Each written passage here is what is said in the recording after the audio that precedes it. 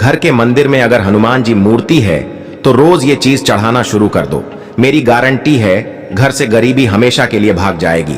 दोस्तों, अगर आपके घर में मंदिर है और उस मंदिर में हनुमान जी विराजमान हैं, तो अब तक जो भी पूजा पाठ कर रहे थे वो अधूरा था।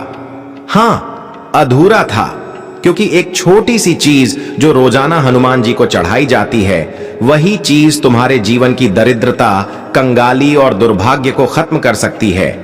ये कोई साधारण उपाय नहीं है, ये है बागेश्वर धाम सरकार द्वारा बताए गए ऐसे अचूक टोटके जो करने वाले की किस्मत खोल देते हैं। अगर ये उपाय आपने ईमानदारी और श्रद्धा से कर दिया तो मेरी जिम्मेदारी है, घर में लक्ष्मी खुद चलकर आएगी, कर्ज चुक जाएगा और दरिद्रता जड़ से खत्म हो जाएगी। लेकिन ध्यान रहे, ये उपाय मजाक नहीं है, ये श्रद्धा और अनुशासन मांगता है। इस वीडियो के लास्ट में आपको कुछ बागेश्वर धाम सरकार द्वारा बताए गए अचूक उपाय और टोटके बताए जाएंगे, जिन्हें करने से लाखों लोगों को फायदा मिला है। दोस्तों, हर सुबह सूरज की पहली किरण के साथ घर के मंदिर को साफ सुथरा करें। फिर हनुमान जी की मूर्ति को गंगा जल या शुद्ध पानी से स्पर्श करके स्नान कराएं।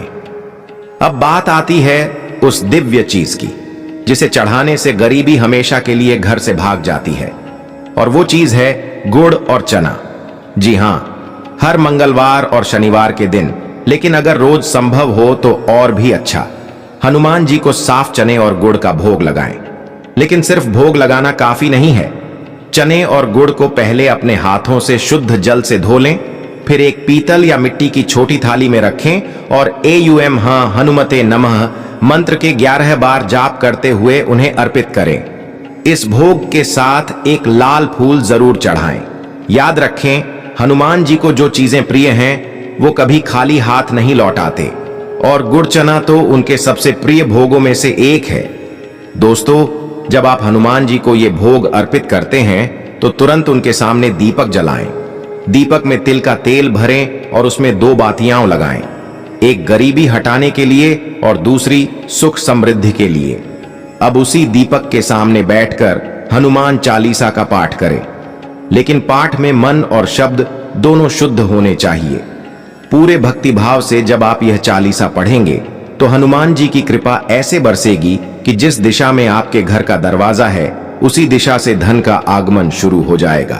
इसके साथ ही हर शनिवार को हनुमान जी के चरणों में एक नारियल चढ़ाना भी शुरू कर दीजिए।